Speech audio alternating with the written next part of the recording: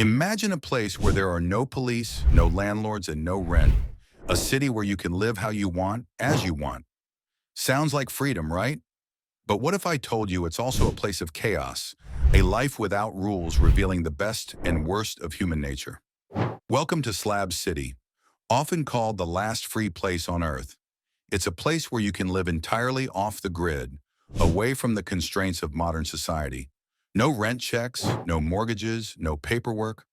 But freedom has its price. Here, the heat is relentless, soaring over 120 degrees in the summer. Resources are scarce, conflicts can escalate without warning, and survival itself is a daily challenge.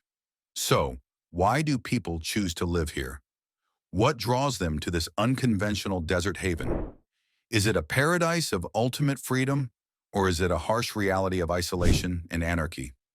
Stay tuned, because the answer is more complicated than you might think. Slab City wasn't always the eccentric haven it is today. Its story begins during the turmoil of World War II when, in the early 1940s, the U.S. military established Camp Dunlap, a Marine Corps training base in the middle of the California desert.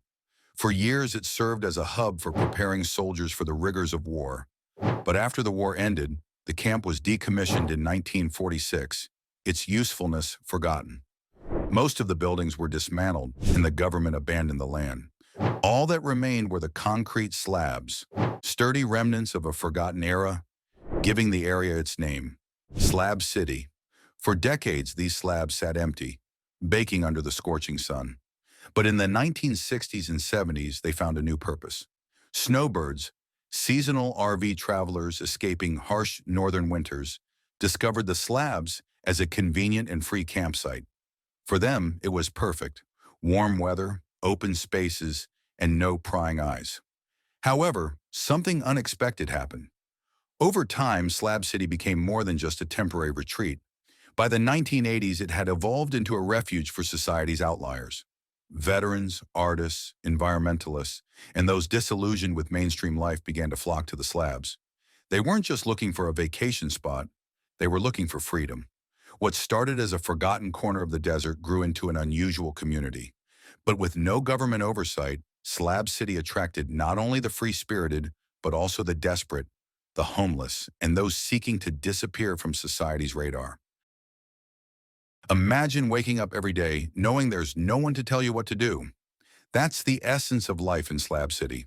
It's a place where you can do anything, build a home, start a project, or simply live off the grid. There are no landlords here. Residents claim plots of land by simply moving on to them. One person might live in an elaborate handmade cabin crafted from scrap wood and tarps, while their neighbor resides in an old school bus. Creativity is everywhere. Homes built from salvaged materials, shipping containers, and even rusted vehicles. But this freedom doesn't come without effort. Life here is hard. There's no running water, no electricity grid, no trash collection. Residents rely on solar panels, gas generators, and periodic trips to nearby towns like Nyland to gather food, water, and other supplies. It's a life of self-reliance, but also of sacrifice. The heat is one of the toughest challenges. Summers in Slab City are brutal, with temperatures regularly exceeding 120 degrees. Without air conditioning, shade becomes a necessity, and water is treated like gold. Trash often piles up in the open, attracting pests and creating potential health risks. Yet even in such a harsh environment, there's a vibrant sense of community. Every Friday night, residents and visitors gather at the range, an open-air stage constructed from scrap materials. It's an eclectic hub of creativity where musicians, poets, and performers showcase their talents under the stars. For many, these nights are a reminder of the human connection and joy that can thrive even in the most rugged conditions. But with no rules, there's also no safety net. Theft is common, and disputes can escalate quickly without the mediation of law enforcement. In some areas, drug use and crime are open secrets. Despite these challenges, residents often pride themselves on handling issues internally, solving problems in their own ways.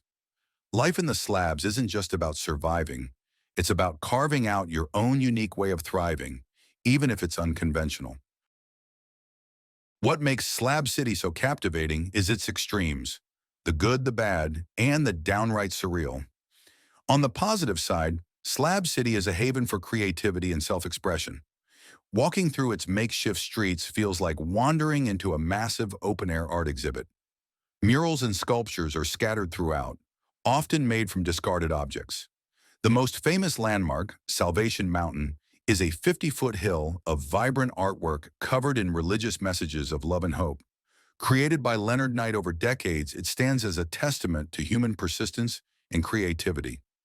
But the desert dreamscape comes with its challenges. The harsh environment tests even the most resilient. Summers are not just hot, they're dangerous.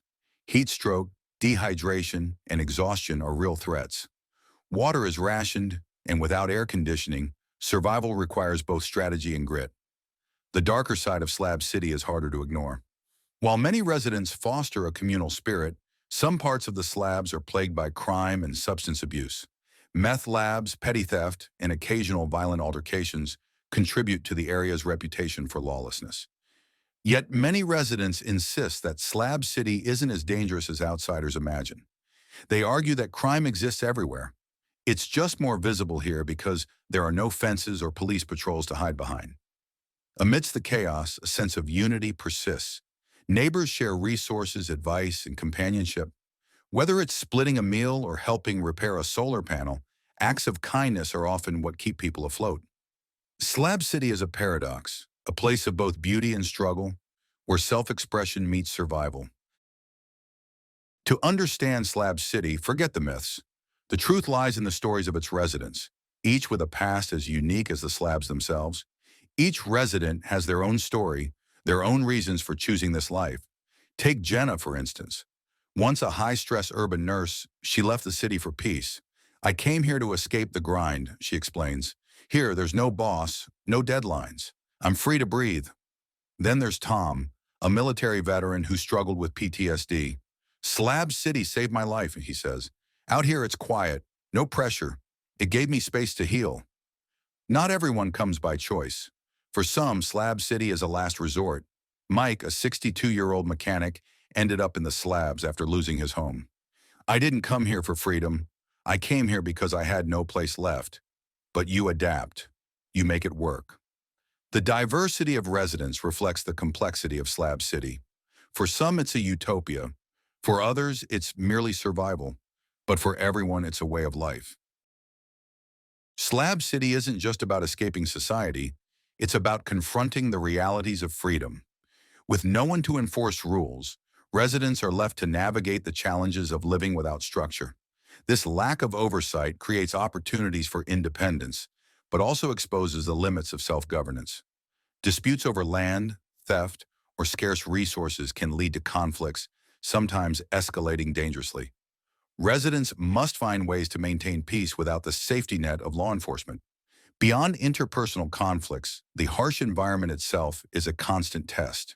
The desert is unrelenting, and the scarcity of resources, like water and food, forces residents to become masters of adaptation. Solar panels must be maintained, food must be rationed, and creativity becomes essential to survival. So what does Slab City teach us about freedom? It's more than a place. It's a living experiment, a testament to human resilience, creativity, and the raw cost of living without rules. Does true freedom come at a price too high to bear? Or is it worth the chaos for those bold enough to try? Tell us your take in the comments below. For some, it's a dream come true. No bills, no rules, no judgment. For others, it's a harsh reminder that freedom comes with challenges. Slab City raises big questions about the nature of society. Do we need laws and structure to live peacefully? Or can people truly thrive in a world without them? What's your take? Is Slab City the last bastion of freedom, or proof that life without rules can spiral into chaos? Drop your thoughts in the comments. And hey, if you love exploring the untold stories of the world, hit like, subscribe, and ring the bell. We've got so much more to share.